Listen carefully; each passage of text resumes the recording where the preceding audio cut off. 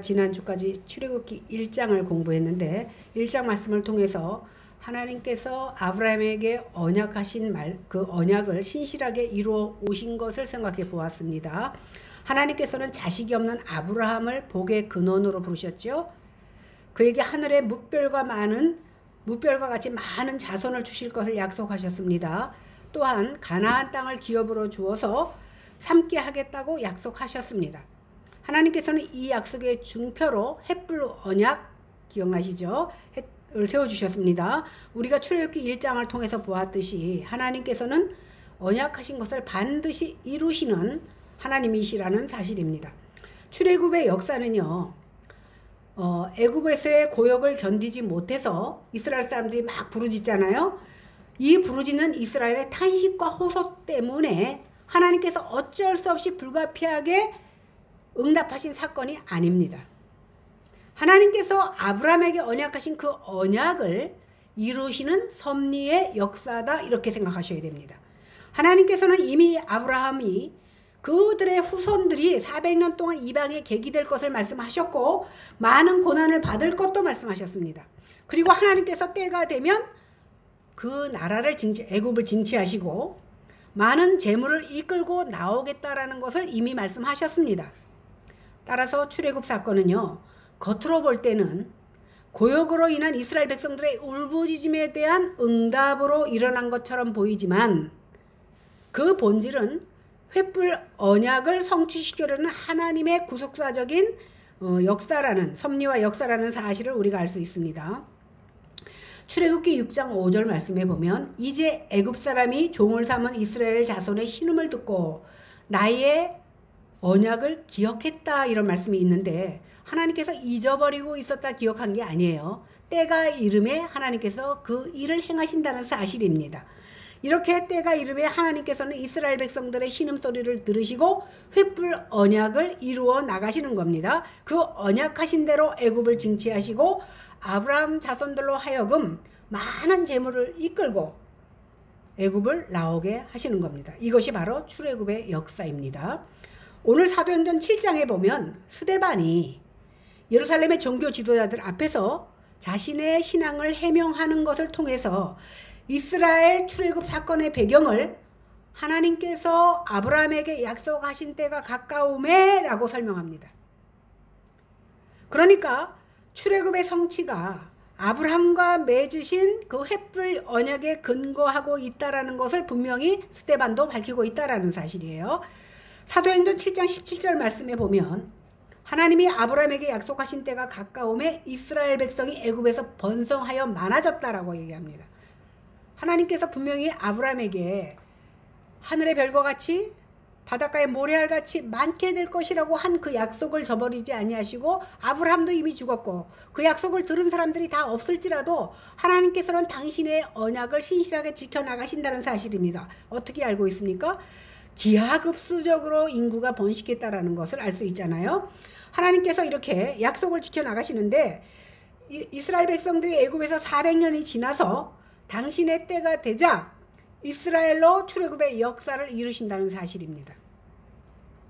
그러니까 하나님은요, 우리가 보통 뭐가 필요하면 막 기도하잖아요. 그래서 인간의 그 당면한 문제를 해결해 주시는 해결사 하나님, 인간의 필요를 채워주시는 그런 수종자로만 알고 있다면 잘못 알고 있다는 겁니다. 하나님은 피조세계의 만사와 만물을 창세전에 계획하신 그 기뻐하시는 뜻과 작정하심에 따라 섭리해 나가시고 역사해 나가신다는 사실이에요. 출애굽기 12장 41절 말씀에 보면 430년이 마치는 날에 여호와의 군대가 애굽에서 나왔다, 이렇게 말하고 있습니다. 430년이 땅 치니까 애굽에서 나온 거예요. 아주 하나님의 치밀한 계획 가운데 이루어졌다는 것을 알 수 있습니다.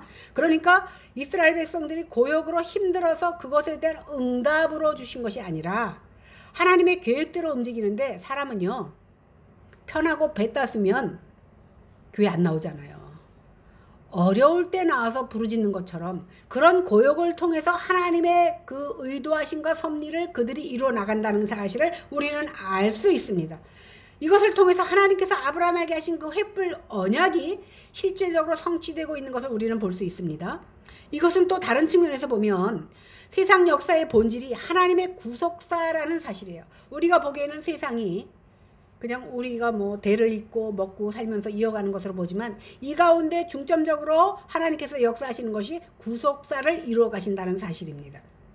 또한 동시에 세상 역사란 하나님의 언약의 말씀이 구체적으로 성취되는 현장이 바로 이 세상이라는 사실입니다.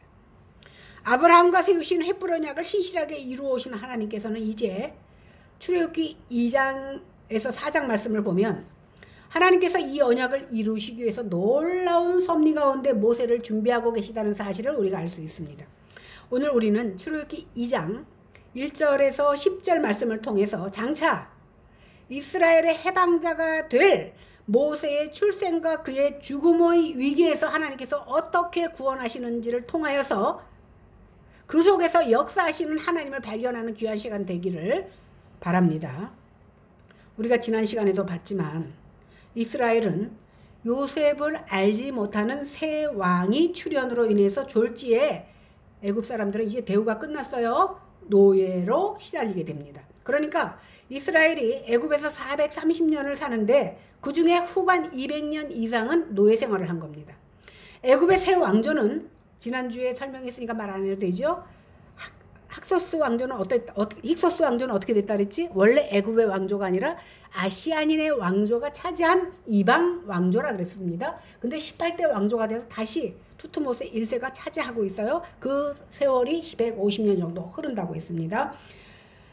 이렇게 애굽의 새 왕조는 이스라엘 백성들의 번성과 강성함을 보고 두려워졌어. 왜? 자기는 이제 이방 왕조예요. 먼저 애굽 왕조는 쫓아냈습니다. 그리고 이스라엘 사람들이 사는 곳은 고센 땅 변방 지역이에요. 이 사람들이 힘이 강해지면 다시 자기가 쫓아낸 옛 왕조와 힘을 합쳐서 자기를 대적할까봐 무서웠고, 또 한 가지는 그 당시에 이스라엘 백성들의 인력이 굉장히 소중하게 사용했는데 그것이 걔네들이 나가버릴까봐, 자기네 나라를 가버리면 진짜 거의 보수도 주지 않고 사용하고 있는데 그 인력들이 나가는 것을 두려워했던 겁니다. 그래서 계략을 세우는데 더 이상 인구가 늘면 힘들겠다. 그래서 인구 억제 정책을 세웁니다. 그래서 그들이 자식을 생산하지 못하도록 굉장히 심한 노역을 시킵니다. 그런데 하나님은 어떻게 합니까? 노역이 심해질수록 사람의 생각과는 달리 이스라엘 백성들은 더 강성해진 겁니다.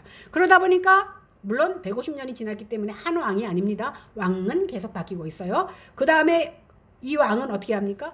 산파들을 통해서 사내아이가 태어나면 은밀히 죽이라고 명령합니다. 그러나 하나님께서는 산파들을 통해서 죽이도록 했는데 어떻게 합니까? 죽이지 않습니다.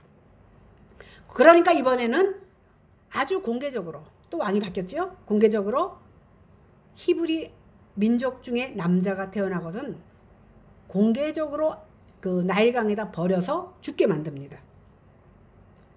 그런데요, 하나님의 소리 없는 반전, 그러니까 하나님의 섭리가 이제 시작됩니다. 하나님은 사람들이 사용하는 그 지혜를 역이용한다는 사실입니다. 볼까요?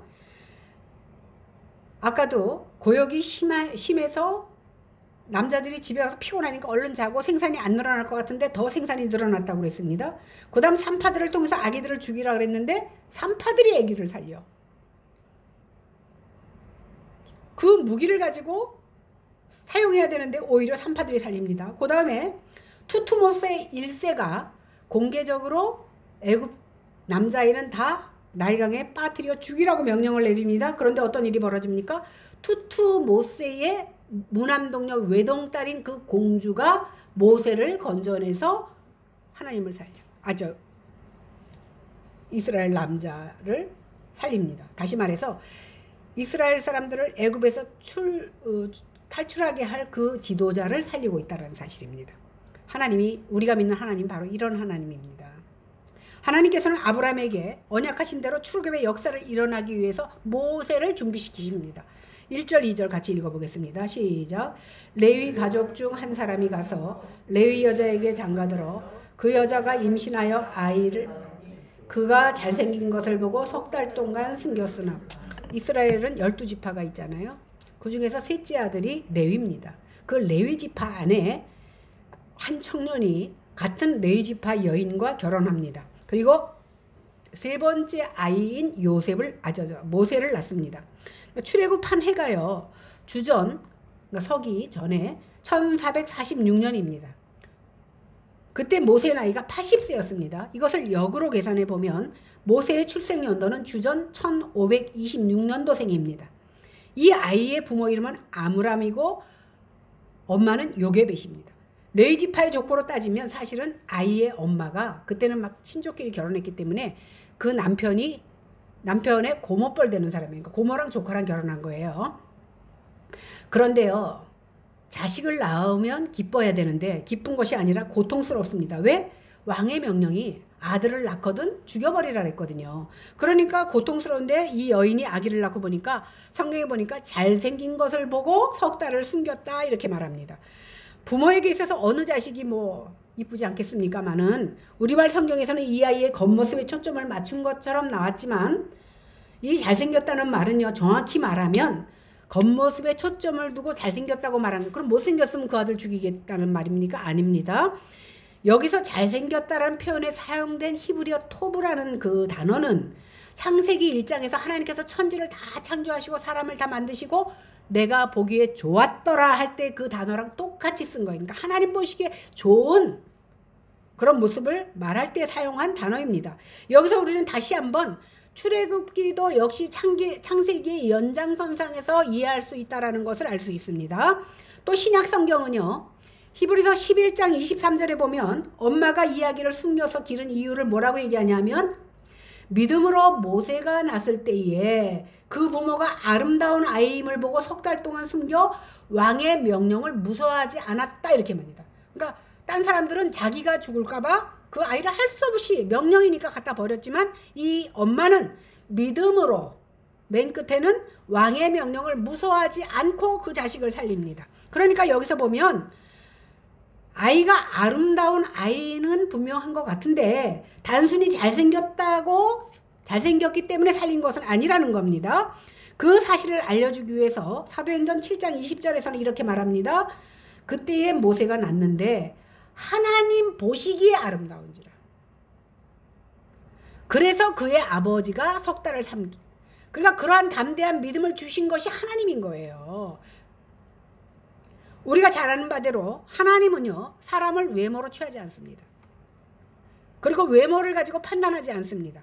따라서 하나님 보시기에 아름답다는 것은 우리가 그냥 문자적으로 외모에 초점이 있는 것이 아니라는 것을 알려주고 있습니다. 3절 4절 보겠습니다. 시작.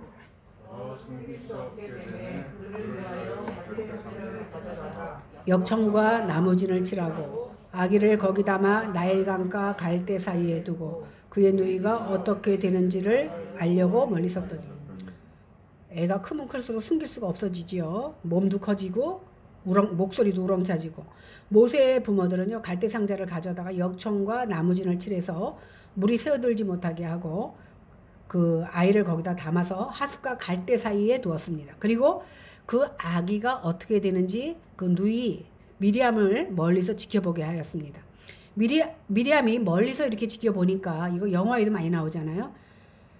여기서 미리암이 지켜봤다는 이 사실을 통해서 갈대 상자에다가 애가 죽게 하려면 갈대 상자에다 뭐라고 지금 역청이면은 그 아스팔트 칠해주잖아요. 그런 거를 막 발라갖고 물이 못 들어가게 했다는 건 뭐냐면 상당히 의도적으로 살리겠다는 의도 하에 보냈다는 것을 알 수 있습니다.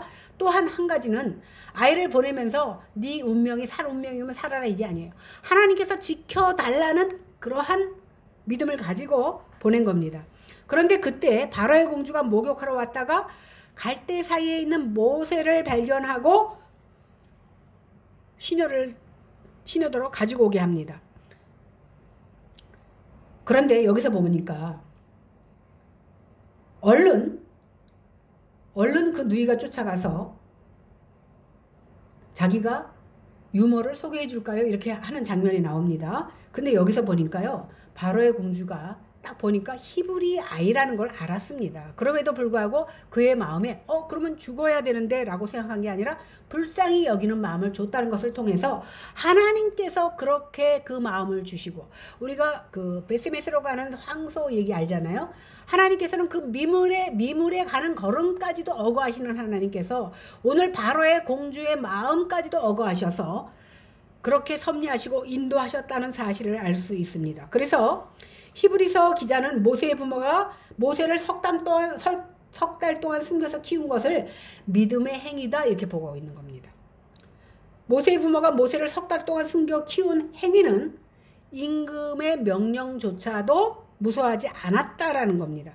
이렇게 아브람과 요게벳은 믿음으로 석 달 동안 모세를 이렇게 숨겨서 키우는데, 이제는 아이가 커지고 울음소리도 커지니까 더 이상 기를 수가 없어요. 그래서 그 아이를 자기의 손에서 떠나게 합니다. 그런데 하나님께서는 어떻게 역사하십니까? 5절 6절 보겠습니다. 시작. 바로의 딸이 목욕하러 나일강에 내려오고 시녀들은 나일강가를 거닐 때에 시녀를 보내어 가져다가 열고 그 아기를 보니 아이가 우는지라. 그가 그를 불쌍히 여겨 이르되 이는 히브리 사람의 아기로다. 아까 제가 말씀한 그거죠. 시녀들을 가져오라 보니까 불쌍히 여겼다는 그 말씀을 제가 드렸습니다. 그 당시에 공주가 누군지를 성경은 말하고 있지 않은데 애굽의 역사책의 기록에는 나옵니다. 당시에 왕은 아까 투투모스 1세라고 그랬죠. 그 무남동녀 딸은 핫셉투투라는 공주입니다. 핫셉투투 공주에 대해서는 몇 가지 학설이 있는데 굉장한 여걸이라고 알려져 있습니다. 지금 그가 세운 그런 비도 아직도 우리가 자료로 인터넷 들어가면 볼 수 있거든요. 애굽에서는 여자는 왕이 될 수 없어요. 그런데 자기는 왕이 되고자 하는 그 권력욕이 굉장히 강했던 여자입니다. 그래서 이복 오빠와 결혼해서 실제적인 왕권을 행사합니다. 뿐만 아니라 그 사이에 아들이 낳는데 사실 일찍 죽거든요. 그러니까 아들이 없자 자기 낳은 딸과 자기 이복 오빠인 그 남편이 시녀하고 사이에서 난 아들과 또 결혼시켜. 그러니까 이복끼리 또 결혼하는 거야. 그래서 또 투투모세 3세가 이제 자기 아들이잖아. 양자로 삼았으니까 사위 겸 아들이야. 그래갖고 투투모세 3세까지도 어린 나이에 왕이 돼서 섭정을 합니다. 투투모세 2세가 빨리 죽으니까. 그러니까 그 왕권에 대한 그 욕심이 굉장히 많았던 여자인 것 같아요. 그래서 투투모세 3세를 왕으로 앉혀놓고 또 섭정을 합니다. 그런데요, 더 이상 이제 왕 노릇을 할 수 있는 기회가 없어지니까 아주 신하들에게 이제 내가 왕이 되겠다고 합니다. 그러니까 신하가 애굽의 법에는 여인이 왕이 되는 법이 없습니다. 그랬더니 어떻게 하는 줄 아세요? 수염을 붙여서 남장을 하고 왕 노릇을 합니다. 대단한 노릇이, 대단한 여자죠, 핫세투트가. 그런데요, 이 여자는요, 역사적인 그 예를 보면 전쟁까지 군사를 몰고 나가서 승리했다라는 기록이 있습니다. 그러니까 여장부지요, 여장부. 그래서 자기가 승리를 하고 나서 승전비까지 세워요. 승전비를 세우는데 조그맣게 세우는 게 아니에요. 30m나 되는 높이에다가 317톤이나 되는 탑을 승전비로 세워요. 자기를 드러내는 겁니다. 정치도 잘해서 핫세투트가 정치할 동안에는 경제적으로나 사회적으로 굉장히 안정되고 부강된 나라였다. 다음 시간에 배우겠지만 이 그 모세의 양모는요, 모세가 그 사람을 죽이고 미디안으로 떠나고 나서 4년 후에 죽습니다. 그러니까 4년 전에 모세는 양혼마를 떠나게 되는 거예요.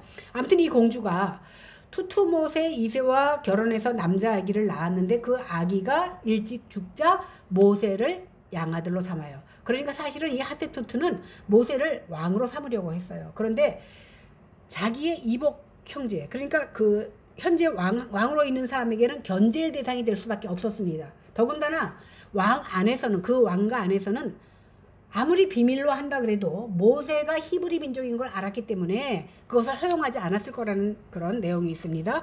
그래서 오늘 바로의 공주가 갈대 상자를 열어보니까 히브리 아임에는 분명함에도 불구하고 그에게 불쌍한 마음을 주신 하나님께서 섭리하고 있다는 사실을 우리는 기억해야 됩니다. 근데요,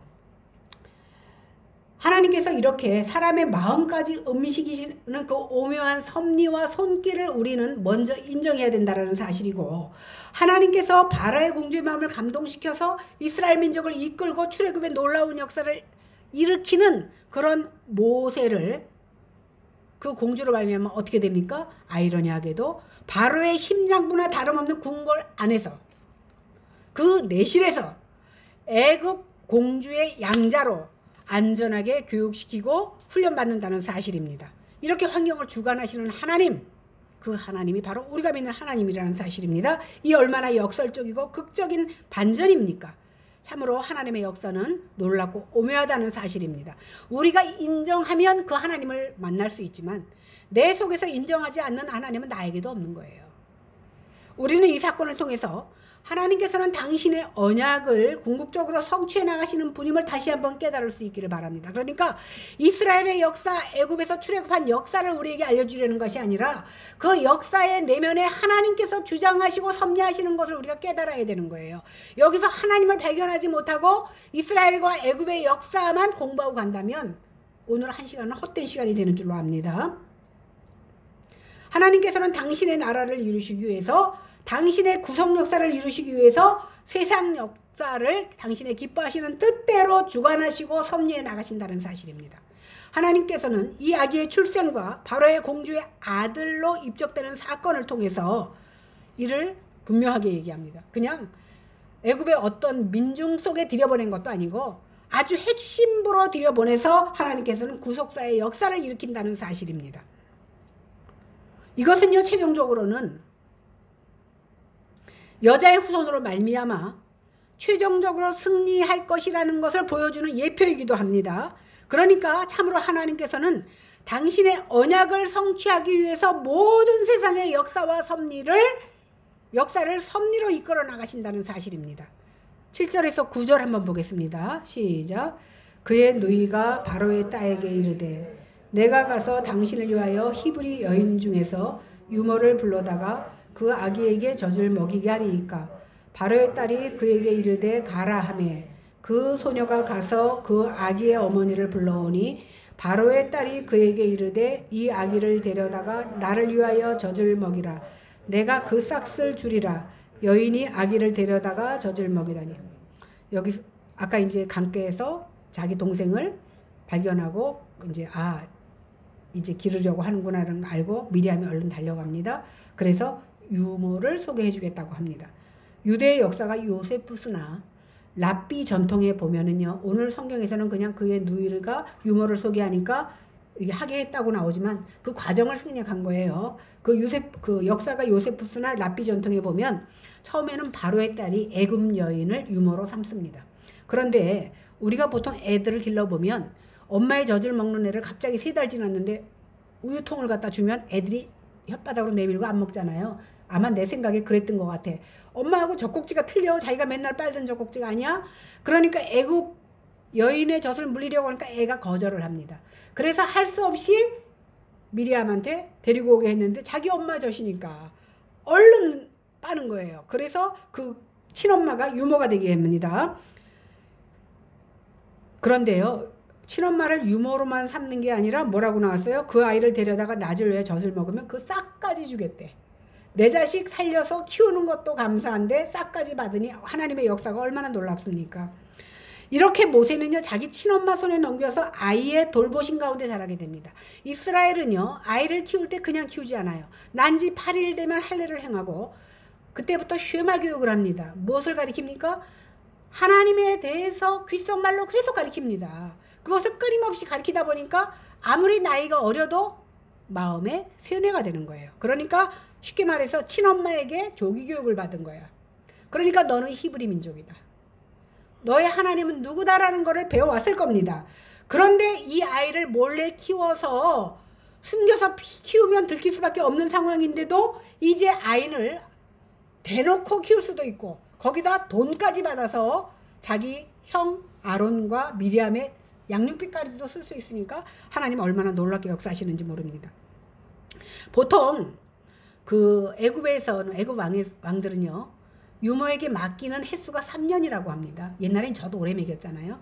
그래서 이렇게 3년 수유기간이 지나면 이제 그 친엄마에게 보내는데, 요셉에서는 이 기간 동안에 모세를 키우면서 히브리식 교육을 이렇게 주지시켰다는 것을 알 수 있습니다. 그것을 어떻게 알 수 있냐면 4장 14절에 보면 아론이 자기 형인 것도 알아. 자기에게 누나도 있고 형이 있다는 것을 알아. 왜? 엄마가 야, 네 말귀 알아들으니까 형은 아론이야. 누나는 미리암이야. 아빠는 누구야? 아므람이야. 나는 너희 가르쳐줬을 것 같아요. 또한 2장 11절에서 12절에 보면 모세가 장성하여 후에 애굽 사람이 히브리 사람 곧 자기 형제를 치는 것을 보고 분노해서 애굽 사람 쳐죽인 것으로 보아서 자기 속에는 히브리인의 피가 흐른다는 것을 분명히 알고 있었다라는 사실입니다. 이렇게 그가 자기가 히브리인 것을 알 수 있었던 사실은 친엄마에게 양육을 받았기 때문이거든요. 이렇게 하나님께서는 아주 오묘하게 귀하게 쓰임받는 모세를 이렇게 준비하고 계시는 겁니다. 참으로 하나님께서 당신의 언약을 이루시기 위해서 세상 역사를 주관하시고 모세를 보호하시고 섭리하신다는 사실입니다. 10절 보겠습니다. 시작. 그 아이가 자라매 바로의 딸에게로 가니 그가 그의 아들이 되니라. 그가 그의 이름을 모세라 하여 이르되 이는 내가 그를 물에서 건져내었음이라 하였더라. 이제 수유기간이 끝났어요. 그래서 모세는 바로의 공주의 아들로 정식으로 입양해서 궁으로 들어갑니다. 그리고 이름을 물이란 뜻의 모, 건져냈다라는 뜻의 우세스, 그러니까 원래 발음 모세스, 모세스인데 우리가 번역하기는 모세 이렇게 번역한 거예요. 그런데 이 이름이 우연이라고 보기에는 너무나 기가 막히고 절묘합니다. 아까 그 하셉 투투의 아버지 이름이 뭐라 했죠? 투투 모세.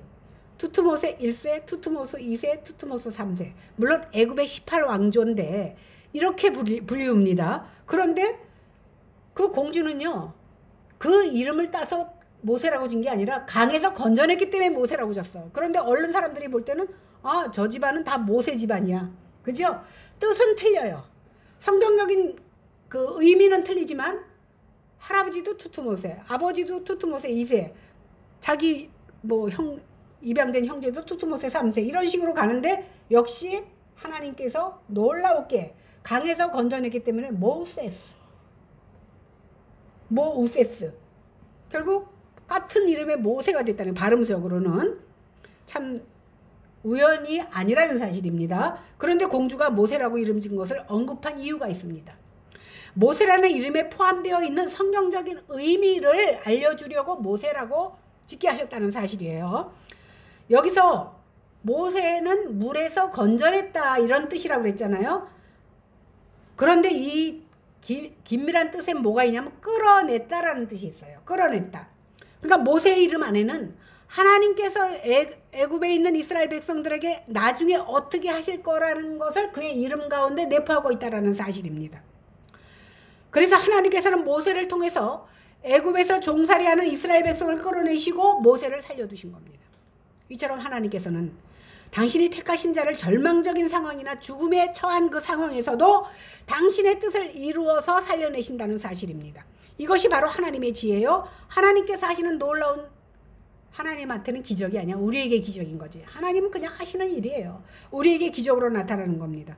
이렇게 하나님께서는 천사나 놀라운 기적을 통해서 일하시기도 하지만 평범한 여인들을 통해서도, 오늘 보면 공주, 엄마, 미리암 다 여자잖아. 그죠? 이 평범한 여자들을 통해서도 하나님께서는 놀라운 역사를 이루어 나가신다는 사실입니다. 그럼 왜 하나님께서 모세를 딴 아이들처럼 죽게 버려두지 아니하시고 건져내셨는가 하는 겁니다. 그것은 한마디로 말해서 아브라함과 약속했던 창세기 15장 13절 14절에 약속하신 그 약속을 이루어내시기 위해서 벌써 430년이나 지났어.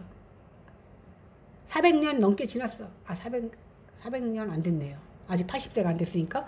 이렇게 많은 세월이 지났음에도 불구하고 하나님께서는 당신의 믿음의 조상 아브라함과 한 약속을 지키기 위해서 수백 년이 흘렀음에도 불구하고 그 약속을 지켜내시는 거예요. 그 약속이 이스라엘 민족에게 이것뿐만이 아닙니다. 하나님께서는 구루터기에서 새싹이 나게 하신다는 그 약속을 지키고 이스라엘 민족이 흩어져 살지만 그들에게 시오니즘의 사상을 집어줌으로 말미암아 1900년 만에 다시 가나안 땅을 차지하게 돼서 지금 살고 있지 않습니까? 그죠? 이러한 모습을 볼 때 우리가 생각하기에는 왜 이렇게 응답이 더딘가라고 생각하지만 천년이 하루 같고 하루가 천년 같은 하나님의 입장에서 볼 때 우리는 결코 응답이 더디다고 불평해서는 안 된다는 사실입니다. 이러한 역동적인 반전의 선지적 역사는 맨 처음에 기근을 통해서 이스라엘 민족을 애굽에 보내고 야곱의 70인 권속이 가나안을 떠나서 애굽 고센 땅으로 인도하시고 먼 훗날에 요셉을 알지 못하는 왕조로 인해서 노예 신분으로 변하고 또 고난을 받게 하심으로 이스라엘이 민족적인 태동을 하게 되는 거예요. 여러분들 이스라엘 민족이요. 애굽의 고센 땅에 살 때는요. 민족이라고 볼 수가 없어. 그죠? 나라라고 볼 수가 없습니다. 그러나 이제는 그들이 애굽을 나오게 됨으로써 이스라엘이라는 나라를 형성하게 된다는 사실입니다. 그러니까 하나님의 언약적 구속사의 진행과 계시적 측면에서 그 동질성을 띠고 있는 거예요. 하나님께서는 그러한 언약을 이스라엘 민족을 통해서 이루어 나가시는 겁니다. 곧 하나님께서 아브라함과 약속하신 그 헷불 언약을 이루시기 위해서 이러한 역사 가운데 친히 간섭하고 계시다는 사실입니다. 당시 애굽은요. 이스라엘 민족이 430년 살았잖아요. 장기간에 걸쳐서 정치나 군사적이나 경제적으로나 사회적으로 안정되게 살 수 있는 그 모태 역할을 한 거예요. 거기서 그 땅에서 이스라엘 민족이 한 국가가 형성되기까지 하나님께서는 안전하게 그 나라에서 살도록 하신 겁니다. 그래서 아브라함에게 하신 약속대로 큰 민족을 이루기 위한 장소로 애굽만한 나라가 없었던 거예요. 그래서 하나님께서는 애굽을 사용하셔서 섭리의 도구로 사용하셨다는 사실이에요. 그런데 하나님께서 생각하신 구원이라는 것이요.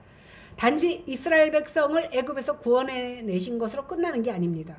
왜 그러냐면 이 애굽에서 이스라엘을 구원해신 그 사건은 우리의 구원의 서정 가운데 그림자에 불과합니다. 왜 그러냐면 하나님의 백성은 그 시대만 존재한 것이 아니라 지금 이 시대에도 그대로 존재한다는 사실이에요. 영적인 이스라엘 백성들은 우리를 이 세상 애굽 땅에서 건져내시는 그 구속사의 역사는 지금도 일어나고 있다는 사실입니다. 그러니까 그 시대뿐만이 아니라 지금도 하나님께서는 열심히 일하시고 주무시지도 않고 졸지도 아니하시고 당신의 택한 백성들을 구원하시기 위해서 이러시고 계시다는 사실입니다. 하나님은요. 사람이 태어나자마자 원죄를 갖고 태어나잖아요. 그러니까 사탄의 죄와 사슬에서 매어있는 그 쉽게 말하면 우리가 태어났지만 죄의 종로로 타면서 그 사슬에 묶여있는 거예요. 그런데 하나님께서는 그 죄와 종의 사슬에서 건져내시려고 구원하시려고 때가 이름에 당신의 아들을 이 땅에 보내주신 겁니다. 우리는 이러한 사실을 통해서 구속사의 진행에서 세상과 열방은 하나님의 언약을 성취해 나가시는 장소이고 현장이라는 사실이에요. 그리고 이 세상이 하나님의 도구로 쓰임받고 있다는 사실입니다. 결과적으로 세상 역사의 본질이 하나님의 구속사의 테두리 안에 있다는 사실을 우리는 깨달을 수 있습니다. 이것을 깨닫는 것이 은혜고 이것을 깨닫는 것이 우리에게만 주신 특별한 은사인 겁니다. 하나님께서 행하시는 구속사적인 경륜은요. 인간의 지식과 지혜로는 상상할 수가 없습니다. 오묘한 전능자의 섭리적 손길이 작용하고 있다는 것을 깨달을 수 있는 이 시간이 되기를 바랍니다. 바울은요. 이러한 놀라운 구속사의 비밀을 깨닫고 나니까 뭐라고 고백합니까? 깊도다. 하나님의 지혜와 지식에 부요하며 그의 판단은 측량치 못할 것이며 그의 길을 찾지 못할 것이로다. 우리의 지혜로 가지고는 그의 판단을 측량할 수도 없고 우리의 지혜를 가지고는 그가 제시한 길을 찾지 못합니다. 오직 하나님께서 은혜를 주셔야만 그것을 측량할 수 있고 찾을 수 있다는 사실입니다. 오늘날 우리 성도들도 이러한 하나님의 구속사적인 역사의 경륜 속에 언약의 당사자로 부름을 입은 사람들입니다. 그 당시 아브라함만 불렀고 모세만 부른 것이 아니라 이 시대에는 바로 우리들을 언약의 당사자로 불렀다라는 사실입니다. 따라서 우리 성도들은 이러한 하나님의 구속 역사를 바르게 알고 그 언약을 따라 살아가야 돼. 세상을 따라 사는 것이 아니라 애굽의 세상, 애굽에서 배불리 먹는 그것을 따라가는 것이 아니라 언약을 따라 살아가야 됩니다. 성령 하나님께서 우리에게 그 은혜를 똑같이 허락하셔서 이러한 은혜의 역사가 나에게도 있어지기를 바랍니다. 기도하겠습니다. 하나님, 우리가 생각하기에 출애굽 역사는 나와 별개의 것으로 생각했지만 출애굽 역사를 통하여서 역사의 현장 속에서 섭리하시는 하나님 아버지, 이 현장 속에서 한 사람 한 사람을 위하여 쉬지도 않고 주무시지도 않고 역사하시는 그 하나님을 발견할 수 있게 도와주시니 감사합니다. 이것은 누구를 위한 말씀이 아니라 바로 나 자신들에게 주신 말씀인 줄로 깨달아라. 하나님 앞에 진정 엎드리고 감사하는 믿음이 우리 가운데 있게 하여 주시옵소서. 감사드리며 예수님 이름으로 기도했습니다. 아멘.